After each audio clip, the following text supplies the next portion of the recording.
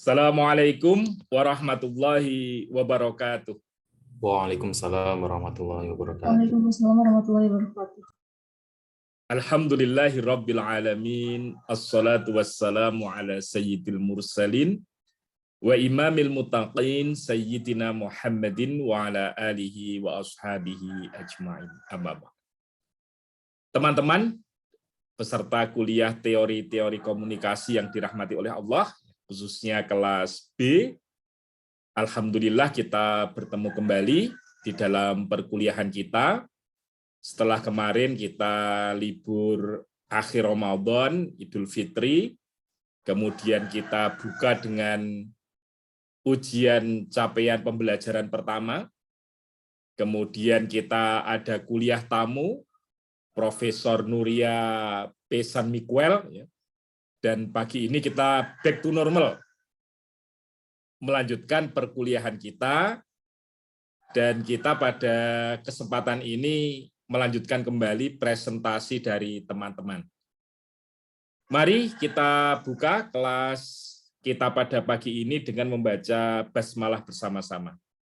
Bismillahirrahmanirrahim. Ya.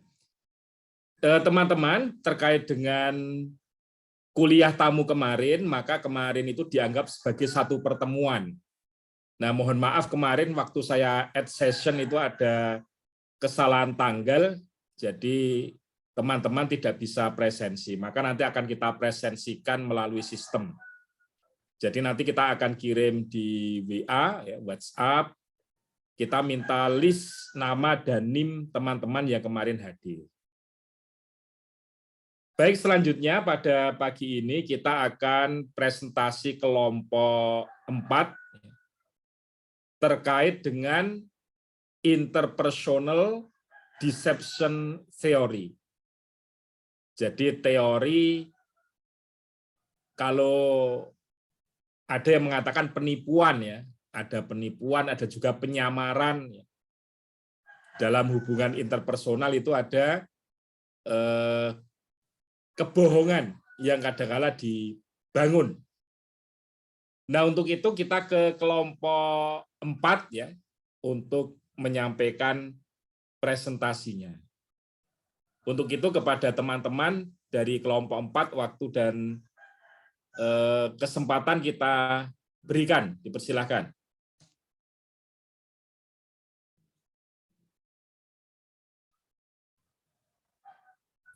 Baik, Bapak, sebentar nunggu satu teman lagi, Pak. Oh ya.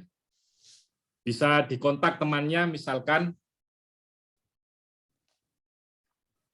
Baik, Pak. Baik, sambil saya presensi yang kemarin hadir di Studium General. Mbak Mariam kemarin hadir? Alhamdulillah hadir, Bapak. Mbak Mariam ya, hadir ya. Kemudian Mbak Mentari hadir? Alhamdulillah hadir, Pak. Hadir ya. Siapa lagi yang hadir? Atau kita minta ketik di chat ya. Di chat yang kemarin hadir siapa saja, silakan ketik namanya di kolom chat.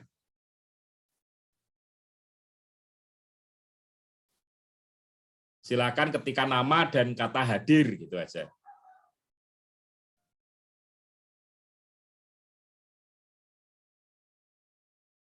Mas Pria hadir kemarin, Mas Pria?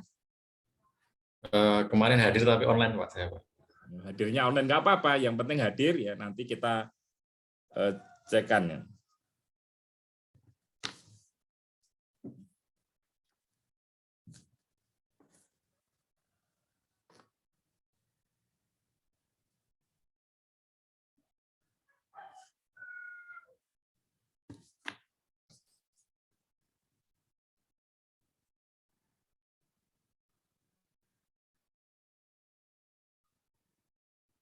Ya, baik online maupun offline boleh.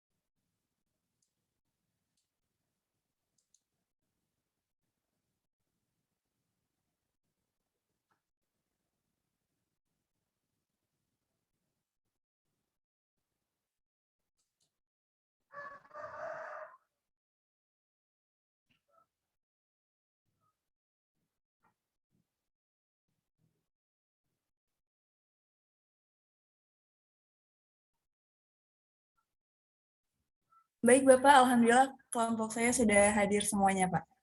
Ya, dipersilakan, Mbak Maryam. Oke Bapak, mohon izin share screen dari rekan saya, Sika. Ya, silakan.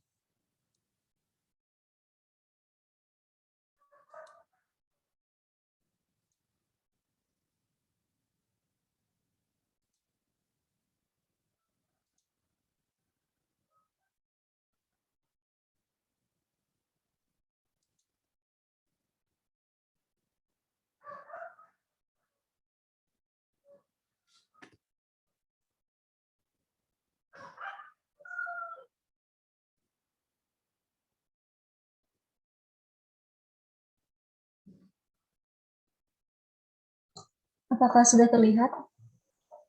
Sudah terlihat. Baik, Pak.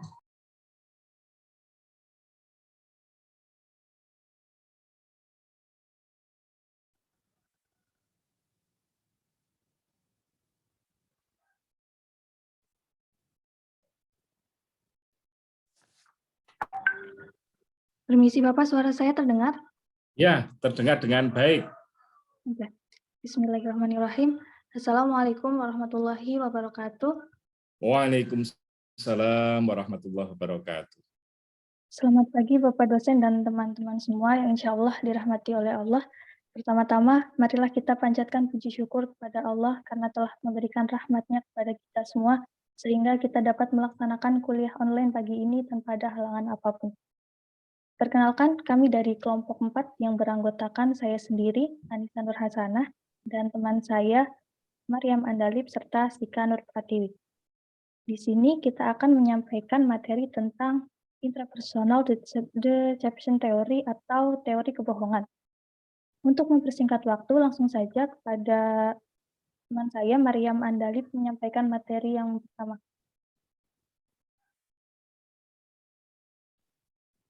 Oke, baik. Boleh di next slide-nya.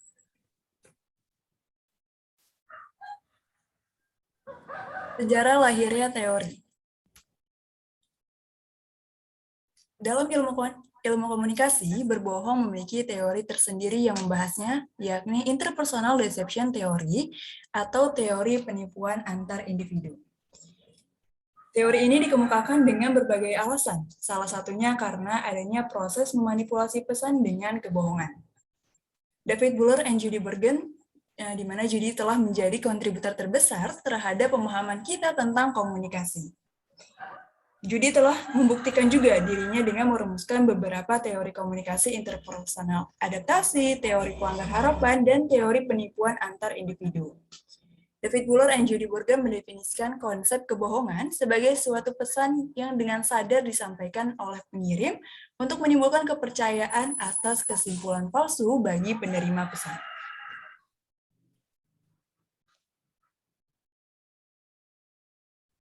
Boleh di next selanjutnya.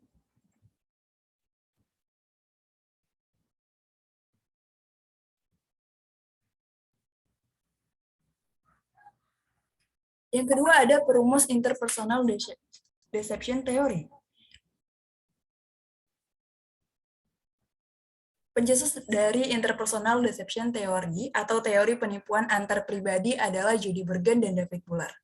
David Buller dan Judy Bergen menjelaskan bahwa orang sering menemukan diri mereka dalam situasi di mana mereka membuat pernyataan yang kurang benar atau tidak jujur. Mereka juga mendiskusikan 3 jenis respon yang mungkin akan kita berikan jika memutuskan untuk tidak mengatakan kebenaran, yakni not to tell truth, seluruh kebenaran, the whole truth, dan tidak ada yang lain selain kebenaran, nothing but the truth. Ada 3 strategi untuk menipu lawan bicara, yakni falsification atau pemalsuan, concealment atau menyembunyikan kebenaran, dan equivocation atau mengaburkan. Perbedaan antara ketiganya yakni falsification. Mohon izin maaf. Mohon maaf Bapak. Sebentar, sepertinya share screen-nya hilang ya Pak? Iya, hilang. Oh ya, mohon maaf. Sebentar Pak.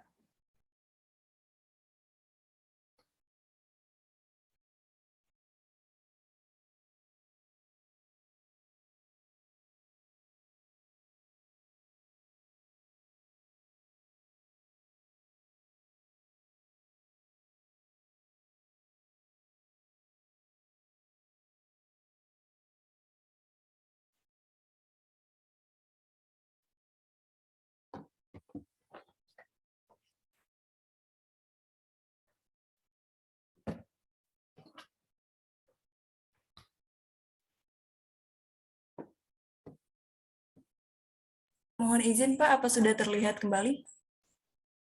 Sudah. Oke, baik. Kami lanjutkan ya Pak.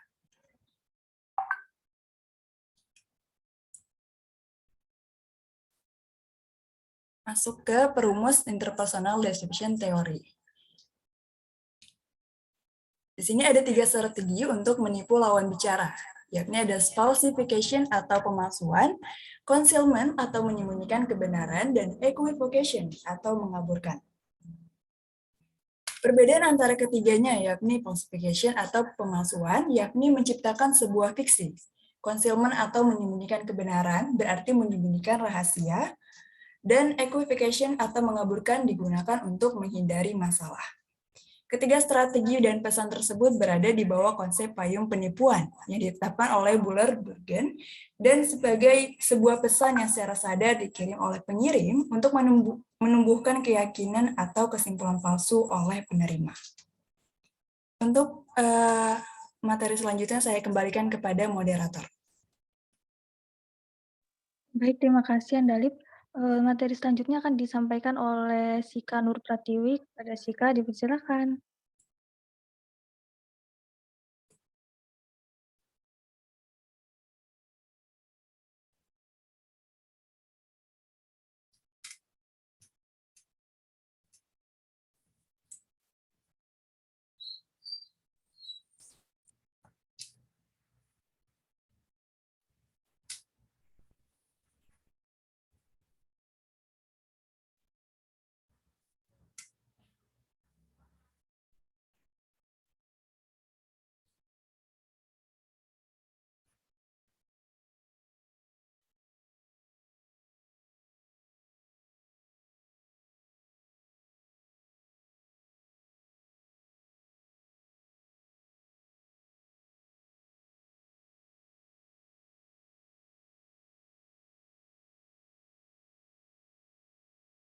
Maaf Bapak, Sika ada kendala jaringan sebentar.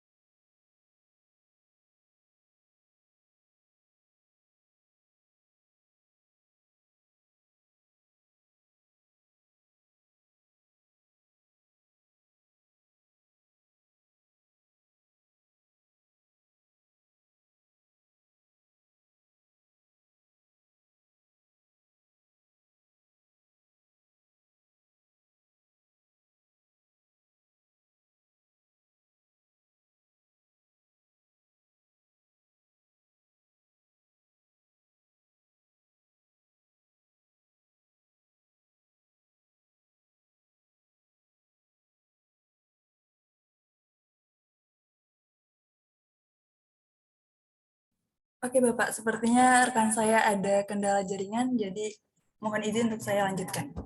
Ya, Yang ketiga, silakan. ya Pak. Yang ketiga ada pernyataan interpersonal deception theory.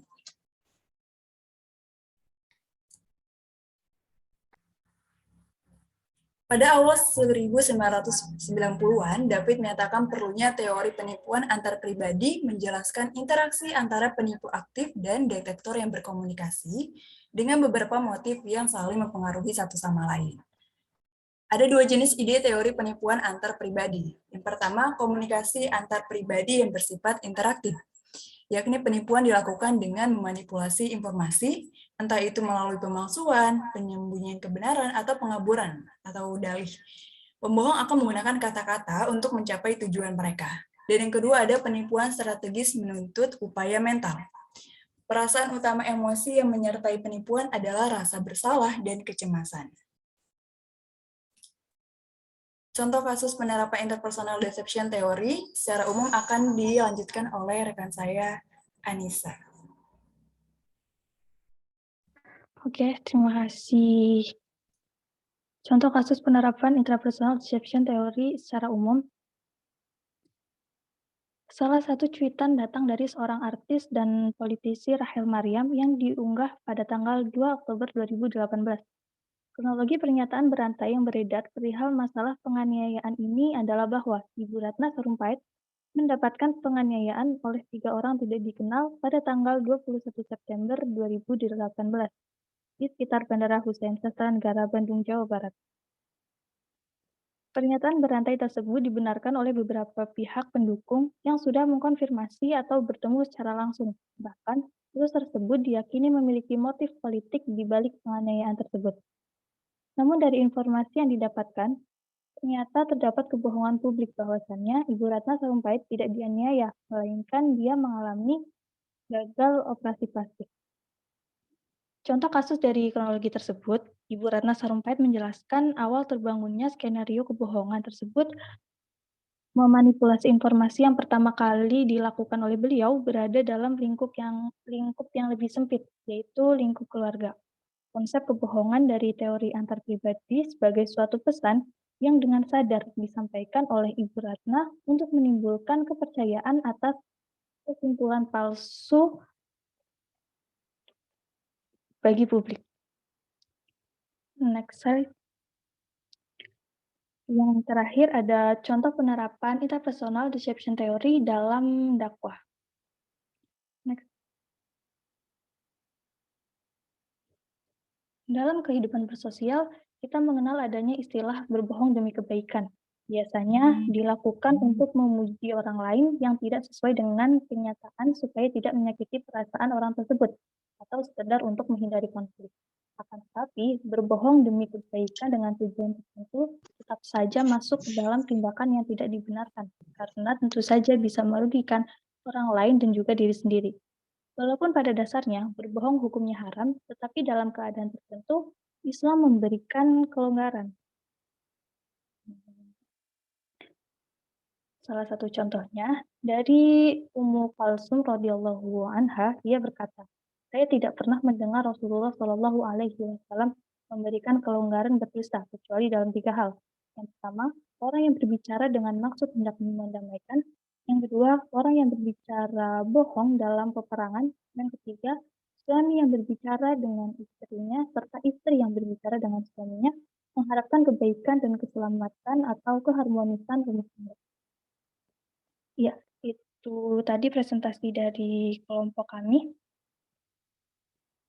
Masuk ke sesi tanya jawab. Jika ada yang mau ditanyakan bisa langsung raise hand atau open mic. Terima kasih teman-teman kelompok 4 ya, kita berikan applause ya dan apresiasi pada teman-teman.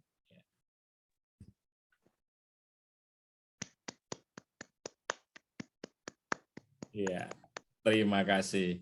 Selanjutnya tanya jawab, silakan teman-teman untuk bertanya dan memberikan tanggapan kepada kelompok 4.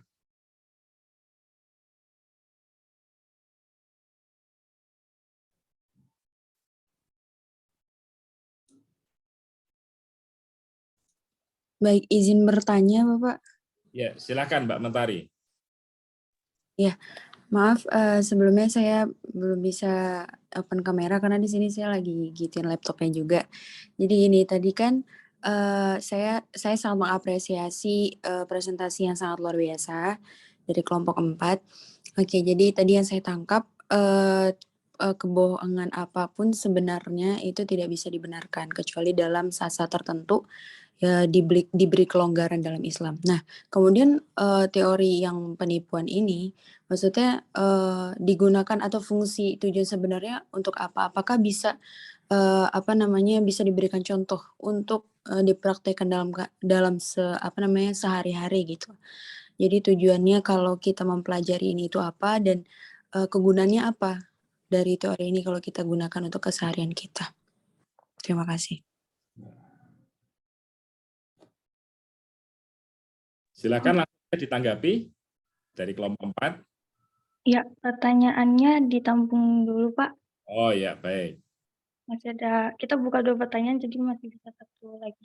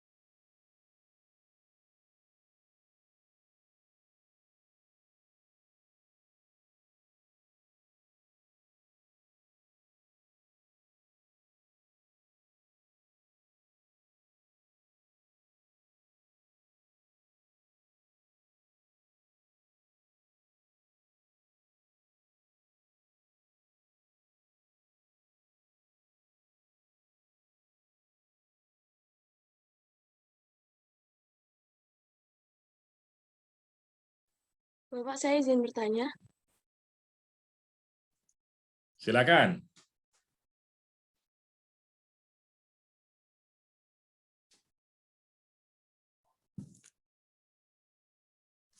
Oh, Bapak, saya belum ganti nama. Oke, saya ingin bertanya tapi sebelumnya saya mengapresiasi atas penyampaian materi dari teman-teman, sangat lengkap dan bagus, tapi di sini saya ingin menanyakan mengenai apakah teori ini pernah dipakai untuk memecahkan suatu masalah pada zaman yang lahirnya teori ini, Pak. Seperti itu. Mungkin itu aja, terima kasih. Oke, baik Mbak Lala, sebentar ya.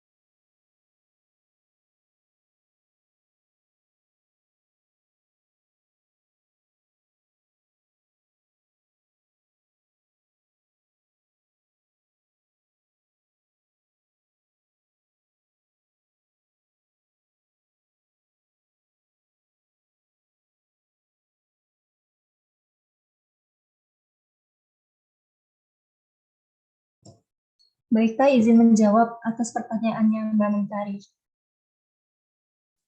Silakan. Tadi kan dipertanyakan, kebohongan tidak bisa dibenarkan kecuali Islam memberi kelonggaran. Tujuan sebenarnya untuk teori deception, teori itu untuk apa dan kegunaannya untuk apa. Nah, di sini saya menjawab, untuk menengahi perselisihan agar kedua belah pihak tidak saling bertengkar lagi. Misal kita jadi penengah. Dan si A kayak menceritakan hal buruk si B, begitu juga si B menceritakan hal buruk si A. Kita bisa menceritakan atau bilang ke si A ini kalau si B ini tidak tidak memperburuk namanya, begitu juga sebaliknya. Jadi di situ kita bisa menengahi dan membuat si A dan si B ini berbaikan lagi. Mungkin seperti itu.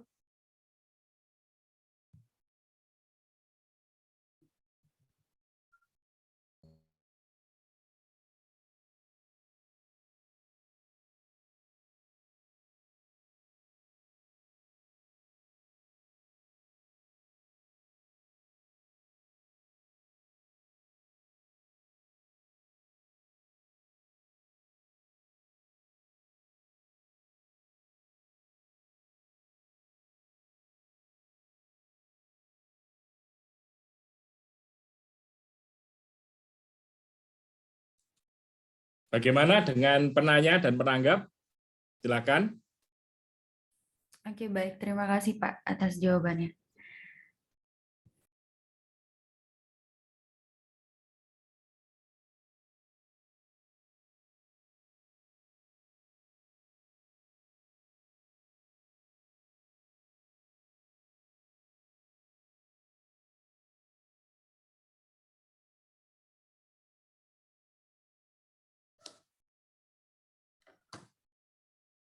Baik, dibuka lagi untuk penanya dan penanggap berikutnya.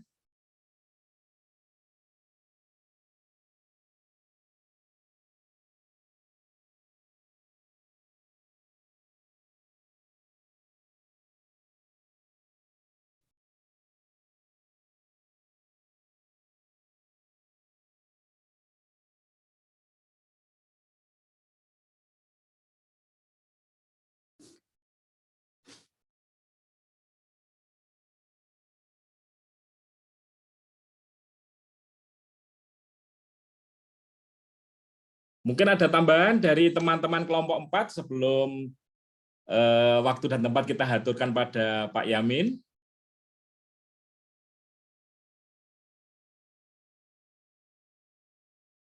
Iya Pak, kita sedang mencari jawaban dari pertanyaannya Mbak Lala.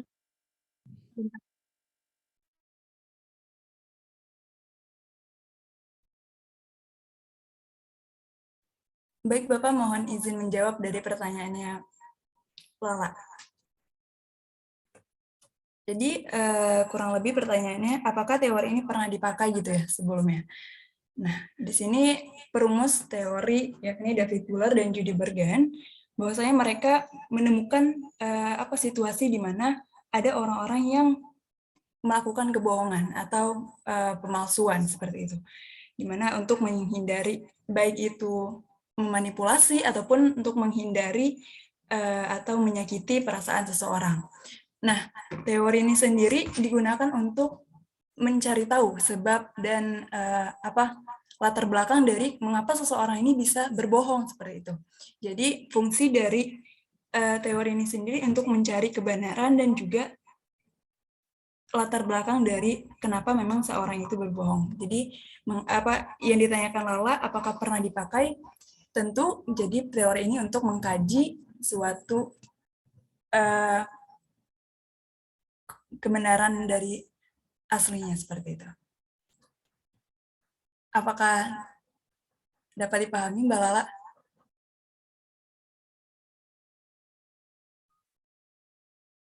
Oke, baik. Sejauh ini dapat dipahami. Terima kasih, Mbak Mariam.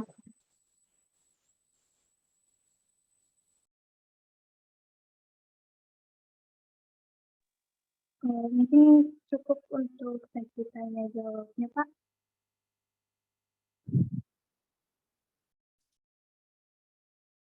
Baik, terima kasih kelompok 4 ya atas presentasi dan juga tanggapan dan jawaban atas pertanyaan-pertanyaan yang ada.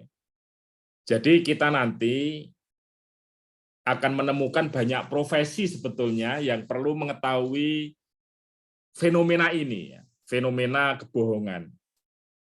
Nah, tentu kita butuh suatu kerangka ilmiah untuk menganalisis apakah pernyataan seseorang ataukah situasi komunikasi tertentu itu merupakan aksi kebohongan. Ketika nanti kita jadi konselor misalkan, ada konselor. Nah, konseli yang datang itu tentu dia akan menyampaikan banyak informasi. Nah, di antara informasi-informasi itu ada yang benar, ada juga yang dia bohong ya. Bohong tadi ada bermacam-macam, ada yang memang 100% itu fiktif. Tidak ada kenyataannya. Tetapi ada juga yang ada kenyataannya tapi tidak sebenarnya. Ya katakanlah ada 100 tapi dia bilang hanya 50. Jadi ada realitasnya tapi tidak semuanya diungkap. Kemudian ada juga pengaburan. Tadi ada 3, ada yang fiktif, ada yang tidak sebenarnya diungkap, ada yang dikaburkan. Nah ini kalau dalam kehidupan profesional banyak sekali yang mereka nanti perlu menilai suatu informasi tadi. Ada polisi ya di kepolisian, petugas pajak, hakim di pengadilan, petugas imigrasi, kemudian orang-orang yang bekerja di asuransi, perbankan, mereka perlu mengetahui berbagai macam bentuk kebohongan. Ya. Baik, selanjutnya kita akan mintakan pandangan dari Bapak Dr. Muhammad Nurul Yamin. Kita sapa beliau. Assalamualaikum, Pak Yamin.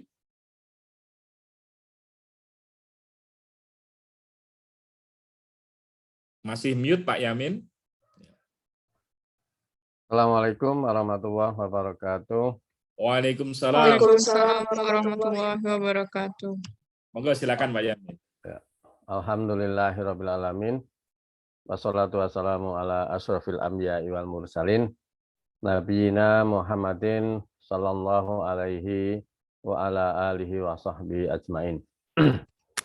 Puji syukur kita panjatkan kehadirat Allah Subhanahu wa taala atas segala nikmat dan karunia-Nya, sehat walafiat, hingga pada pagi hari ini kita bisa bertemu, bertatap muka melalui media online Zoom untuk mata kuliah teori-teori komunikasi.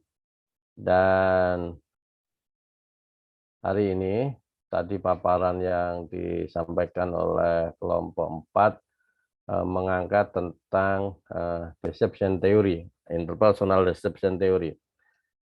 Teori yang berkaitan dengan pemanipulasian pesan atau yang sering kita kenal dengan teori kebohongan, ya, kebohongan. Dalam realitas kehidupan sehari-hari sebagai makhluk sosial, bahwa fakta menunjukkan dalam fenomena atau dalam realitas saling bertukar informasi sebagai sebuah kebutuhan dasar antar manusia, karena itu wujud dari sebuah proses komunikasi, nampaknya sebagai mana asupan-asupan yang masuk ke dalam diri kita itu ada yang tidak sepenuhnya mengandung kebenaran, Saya ambil contoh saja dalam kehidupan sehari-hari, misalkan dalam menu makanan, ya, menu makanan. Dalam menu makanan itu ada yang nampaknya secara fisik bagus, tapi ternyata mengandung racun, ya, mengandung racun makanan.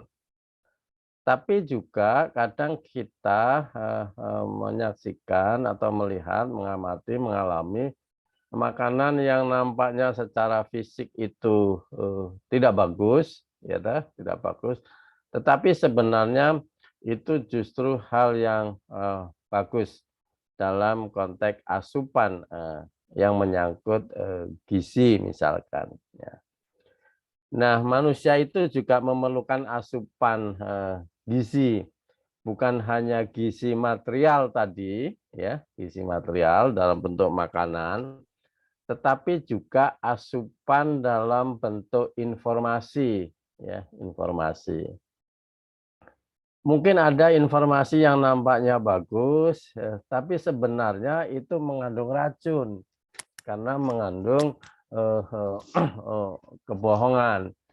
Teman-teman mungkin masih ingat ya ayat Al-Quran atau bisa disampaikan kepada sudah membaca, nanti dicari ayatnya. Janganlah kamu yang saya lupa, tapi teman-teman nanti bisa mencari, Pak Yusuf bisa membantu mencarikan.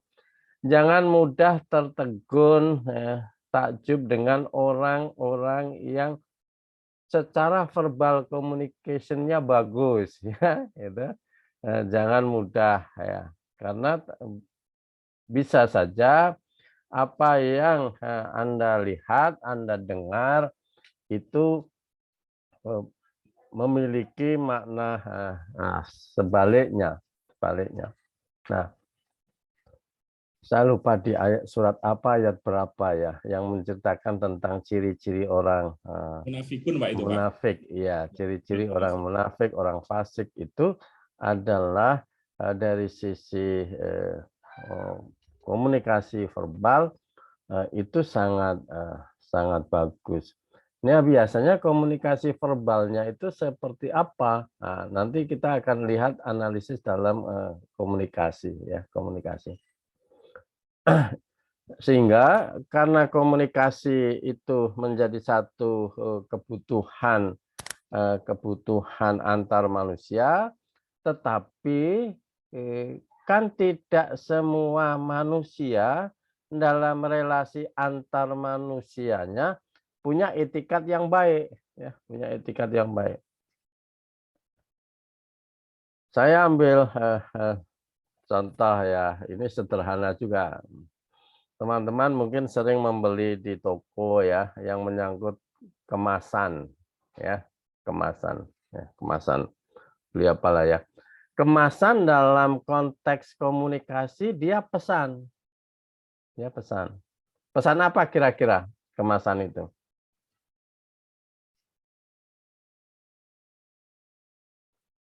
Kemasan ya, kemasan apapun ya, kemasan makanan terutama ya, yang sering kita dalam konteks komunikasi, kemasan itu salah satu bentuk komunikasi apa?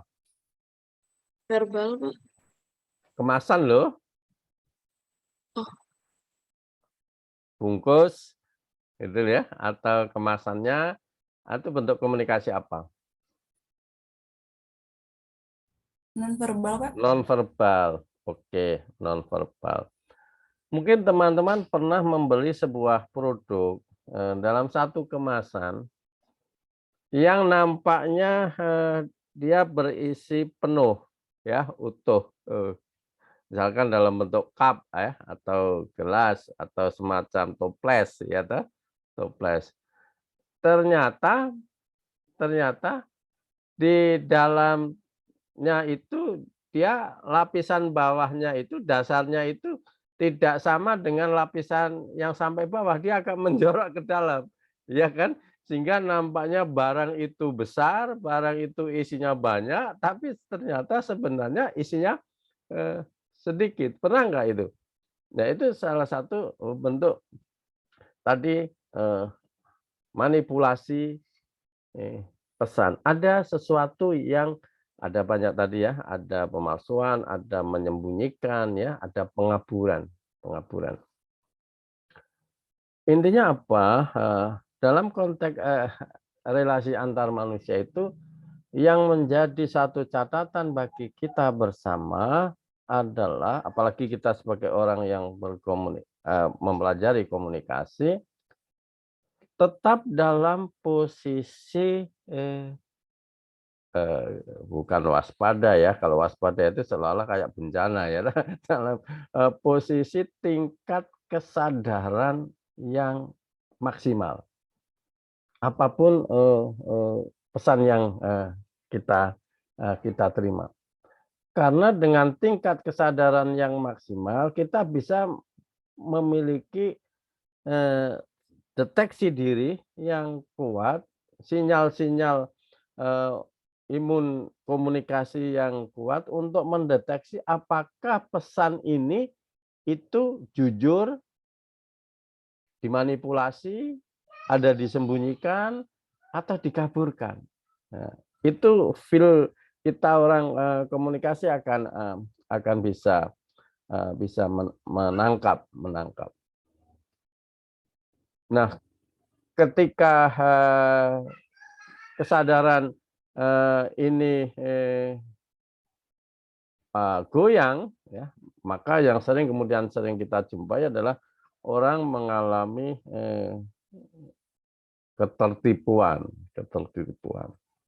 Ini yang pertama, bahwa sebagai makhluk sosial, proses interaksi ini menjadi kebutuhan pokok dalam kehidupan kita sehari-hari, dan sebagaimana bahan pokok yang lain, tidak semua asupan informasi yang masuk ke dalam diri kita itu sebagai asupan informasi yang bergizi.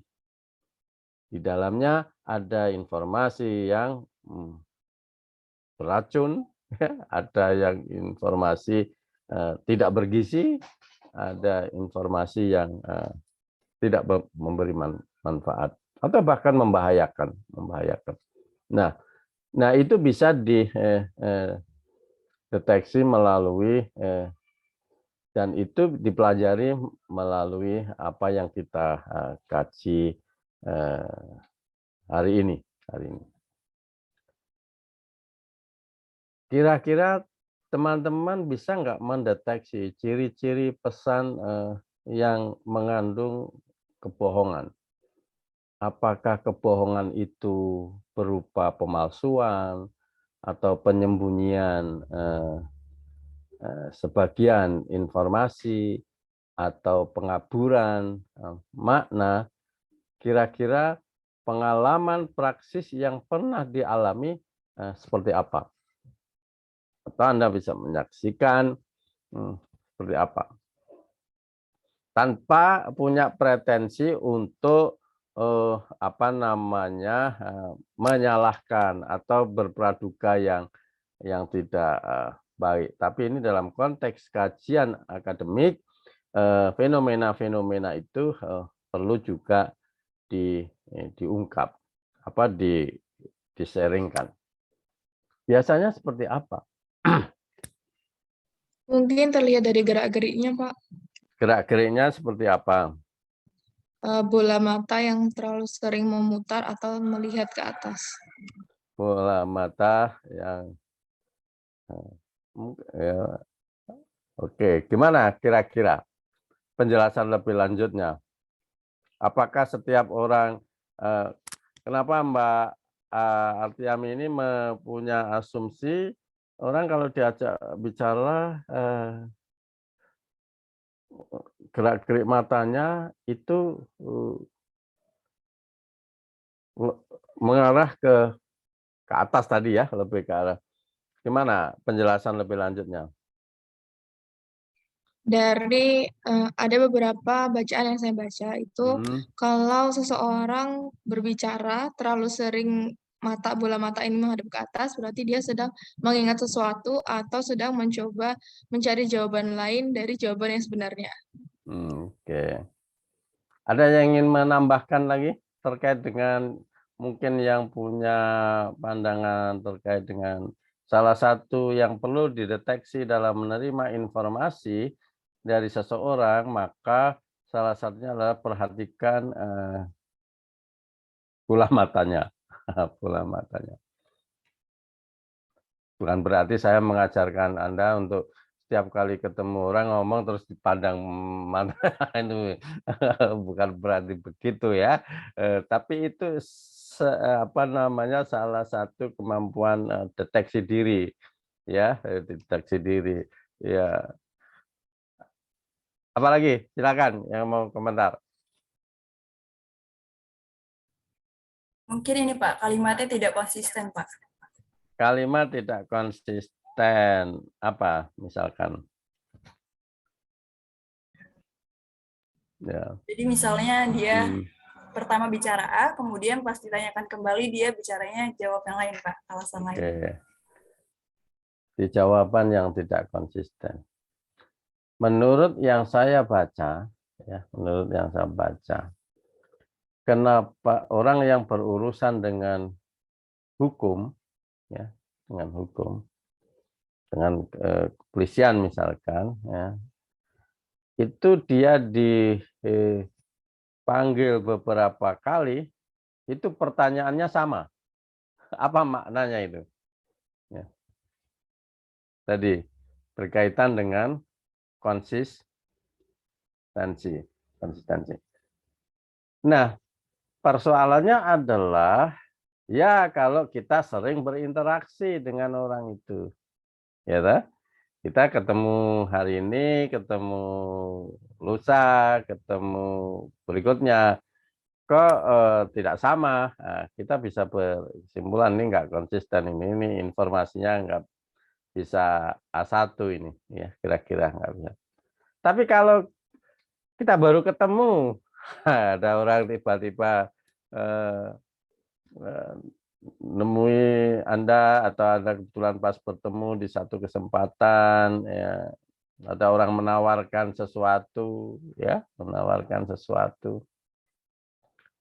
Jadi di satu sisi ada orang yang bermotif bohong, di satu sisi ada orang yang curiga, Jadi kalau dua ini saling bertemu, maka kehidupan sosial masyarakat ini nggak akan damai, nggak akan harmoni. Yang satunya suka bohong, yang satunya suka curiga. Ini kan sepertinya antara telur dan ayam ini. Ya. Ini yang curiga karena merasa takut dibohongi, ya. Ini yang bohong karena dicurigai, gitu loh. Nah, padahal hidup yang harmoni itu adalah tuntunannya adalah berkata yang benar dan jangan berprasangka yang buruk. Gitu. Tapi faktanya kan tidak semudah itu dalam konteks komunikasi. Kita sering menjumpai. Apalagi? Pak, misalnya dalam ini Pak, kan misalnya di kemasan minuman, Ya. di situ tulisannya 3.000, tapi orang yang jualnya tuh 3.500. Nah, tapi itu sudah kita tahu mungkin itu pajak dari mereka belinya dan segala macam. Kalau itu ada aturan dan ada maka itu tidak termasuk kebohongan, ya, karena kita sudah tahu, atau calo ya misalkan, ya, yang menjual harga lebih dari apa namanya mestinya. Tapi, ya, kalau Anda membeli di loket yang resmi, katakanlah dalam konteks pembelian, ya toh, tiket lah misalkan, tiket kereta api misalkan, ya, itu namanya pungli, itu namanya pungli. Ya. Nah, tapi yang kita ingin sampaikan itu adalah konteks komunikasi. Nah, konteks komunikasi itu berarti kan penyampaian pesan. Nah, pesan itu bisa verbal, bisa non-verbal. Dalam konteks kemasan tadi, ya toh, itu kan pesan non-verbal. Lo ini lo apa namanya isinya besar, bungkusnya besar, kemasannya besar. Nah, tapi di situ ada tulisan, isi 100 cc misalkan, ya toh, atau isi 1 on, meskipun bungkusnya besar, gitu loh, bungkusnya besar. Tapi di situ ada tulisan isi 100%. Kira-kira masuk kategori yang mana ini? Bohong mutlak atau bohong pengaburan atau bohong penyembunyian?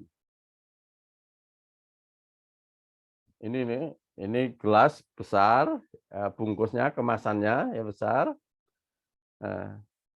Tapi di situ ada isinya kecil memang, tapi di situ ada tulisan tapi kecil. Isi 100 gram gitu loh. Kita mengiranya bahwa itu akan isinya adalah 1 kilo misalkan, 1 kilo. Nah, penyampaian pesan yang seperti ini dalam konteks tadi penipuan atau pemalsuan pesan itu kira-kira masuk kategori yang mana?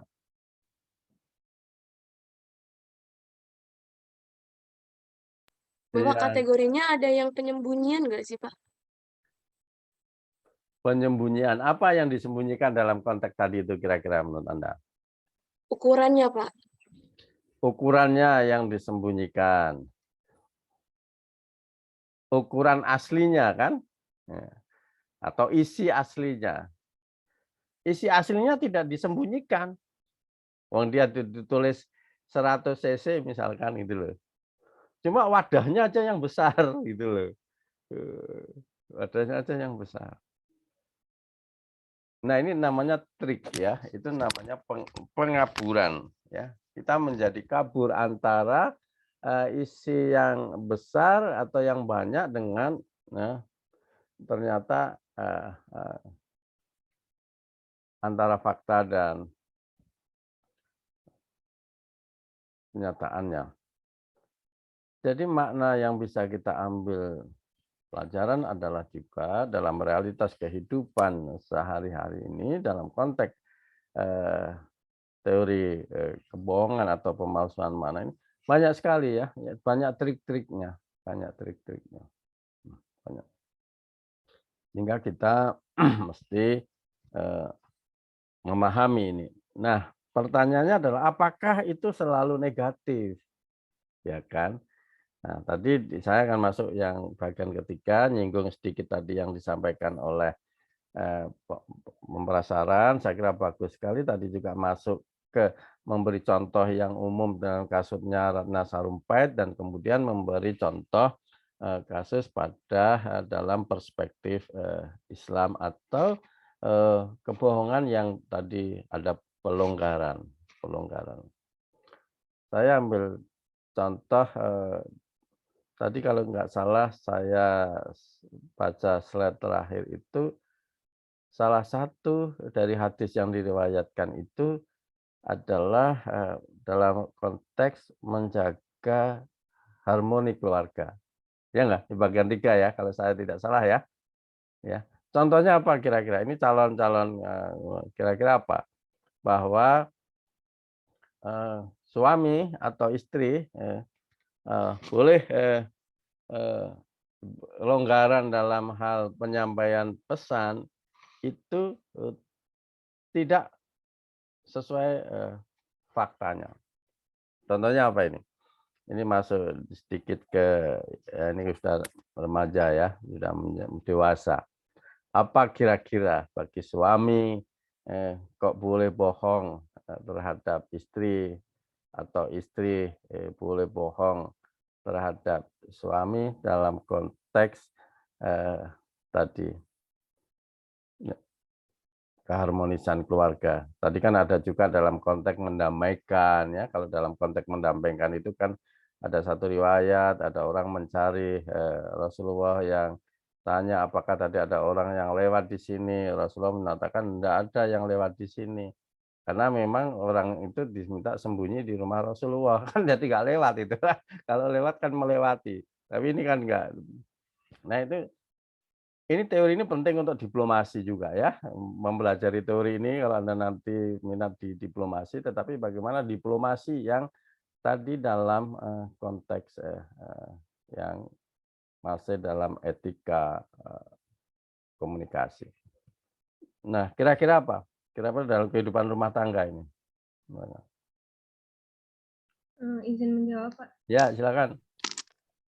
Saya pernah mendengar kisah Rasulullah. Jadi hari itu Aisyah tuh terlihat sedih karena di meja makan tuh nggak ada makanan. Akhirnya karena Rasulullah lihat gitu kan, seharusnya pagi-pagi udah nyiapin makan, tapi karena nggak ada makanan, akhirnya Rasulullah inisiatif bilang, nggak apa-apa, saya ini puasa, katanya, kata Rasulullah. Itu Rasulullah berbohong, padahal sebenarnya Rasulullah pas paginya tuh nggak niat buat puasa, tapi karena melihat Aisyah sedih karena tidak ada makanan yang untuk disiapkan, akhirnya Rasulullah bilang ke Aisyah kalau hari itu beliau puasa gitu. Akhirnya jadi kan mengurangi beban Aisyah yang memikirkan harus menyiapkan makan gitu, sedangkan tidak ada lauk. Akhirnya Rasulullah berbohong. Oke, ya. Itu berdasar hadis ya, riwayat. Ada yang mungkin dalam kehidupan sehari-hari kita? Memuji pasangan mungkin, Pak. Gimana memuji pasangan?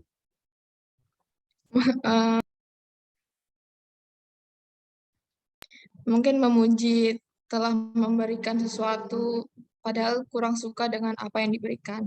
Oh, Tapi ya. untuk menjaga hati pasangan jadi tetap dipuji. Ya, ya, konteks harmoni. Misalkan masakan lah ya, masakannya. Misalkan lebih konkret lagi, masakan. Ini masakannya asin atau kemanisan atau anyep, ya tuh. Ada cara ya, ada cara untuk menyampaikan pesan ya, ada cara menyampaikan pesan yang tidak tersinggung gitu, tetapi justru malah tersanjung gitu. Padahal realitasnya itu tidak sesuai dengan faktanya. Ada hal-hal seperti ini memerlukan satu teknik. Nanti ada teori yang lain namanya manajemen impression, ya, bagaimana memanage impresi pesan, ya, impresi pesan. Nah, itu yang kedua ya. Jadi teori ini bisa, ya, semua teori itu bisa bermata dua, ya, bisa bermata dua. Tergantung orangnya. Ini kita sudah belajar teori ini nih, ya, teori ini. Kalau yang satu mata pisau itu adalah termasuk bisa mengajari berbohong, ya, mengajari berbohong dalam segala hal, baik yang dilonggarkan maupun yang tidak dilonggarkan, karena berbohong itu bisa dipelajari. Tetapi di sisi lain mata pisau yang lain adalah kemampuan untuk mendeteksi orang berbohong, gitu loh. Mendeteksi.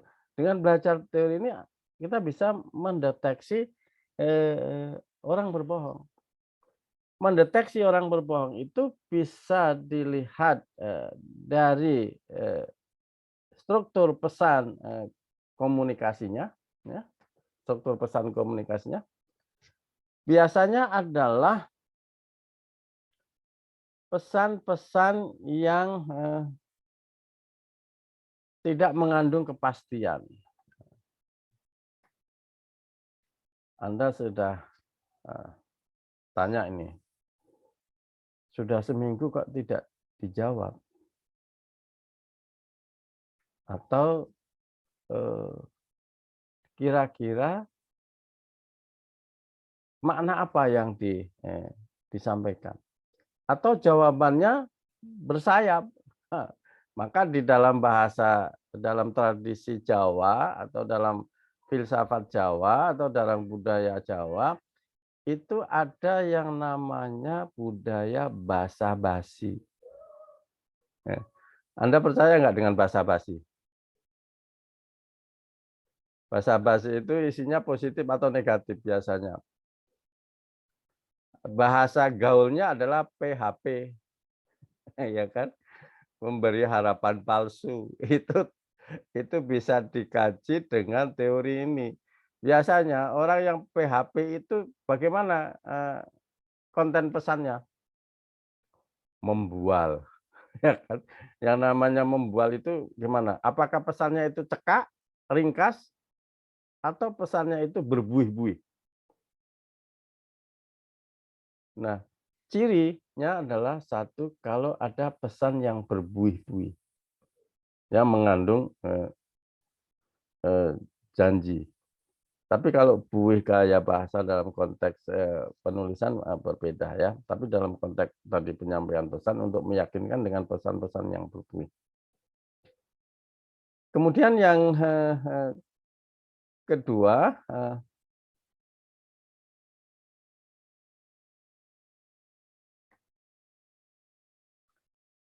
diajak bicara topik A, jawabnya topik B, nggak nyambung. Ini sebetulnya orang ini nggak paham, ya, sehingga pesannya tidak sesuai dengan yang dikemukakan. Tapi sepandai-pandai tupai melompat, ya, dia pasti ada celah kebocorannya, celah kejatuhannya. Nah, pesan-pesan yang mengandung kebohongan ini ada celah bocornya, yang bisa dideteksi dari kebocorannya itu. Di mana letak kebocoran pesan-pesan yang mengandung kebohongan itu adalah benar tadi misalkan Mbak Riatami mengatakan pandangan mata. Ya. Karena dalam konteks komunikasi interpersonal, seseorang itu mestinya face-to-face communication. Cirinya adalah mata itu saling berkontak mata. Kontak mata itu ciri utama dalam komunikasi interpersonal. Kalau Anda ngajak bicara orang lain itu matanya tidak tertuju kepada kita yang sedang ngajak berbicara, itu satu hal yang perlu dipertanyakan. Kontak mata. Kontak matanya orang berbohong itu nggak berani. Ya. Tapi kalau orang kurang ajar, itu melototin. Beda kan itu kan. Orang berbohong itu kadang dia menghindar kontak mata, tapi kalau orang kurang ajar itu malah melototin. Jadi nggak baik juga. Nggak baik juga. Jadi komunikasi yang kontak mata yang intens. Itu. Tapi ada lagi yang bisa, titik kebocoran dalam pesan yang mengandung kebohongan itu adalah gestur, ya, gerak tubuh yang tidak senafas atau tidak selaras dengan isi pesan.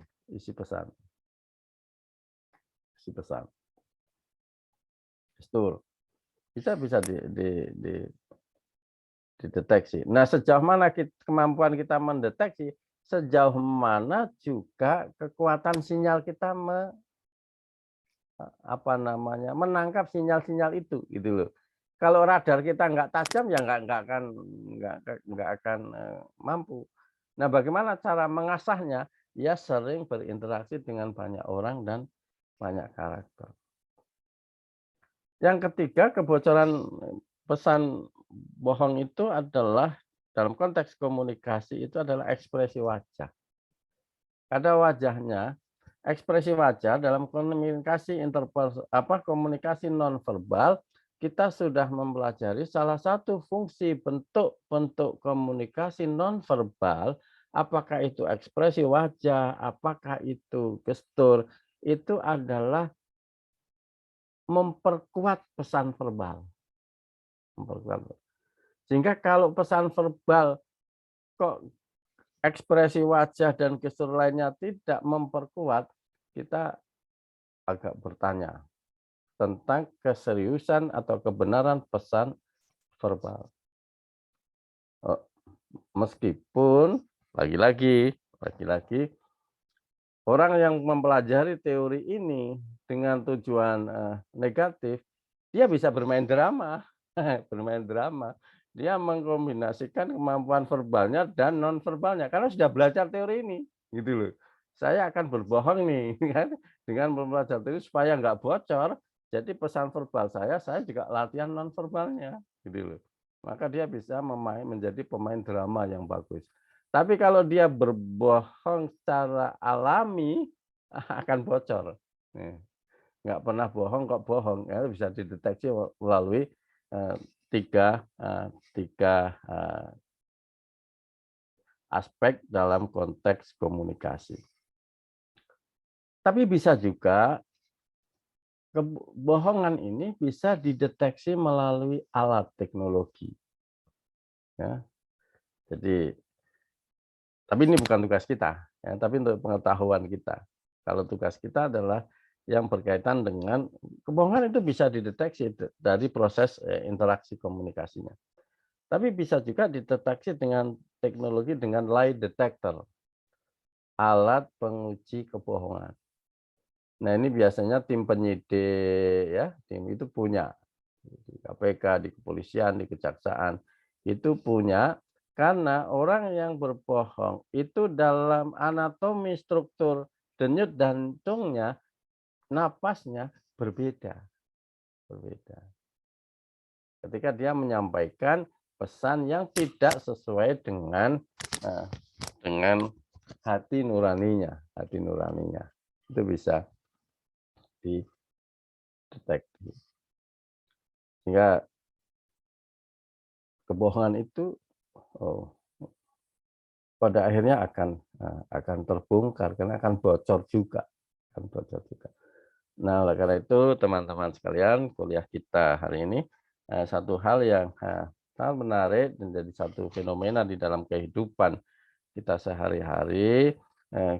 Kita sering menjumpai hal-hal yang berkait dengan kebohongan, sehingga Rasulullah Shallallahu Alaihi Wasallam menegaskan kepada kita untuk jaga kita dalam berinteraksi itu jangan sampai pesan-pesan yang disampaikan itu adalah pesan-pesan yang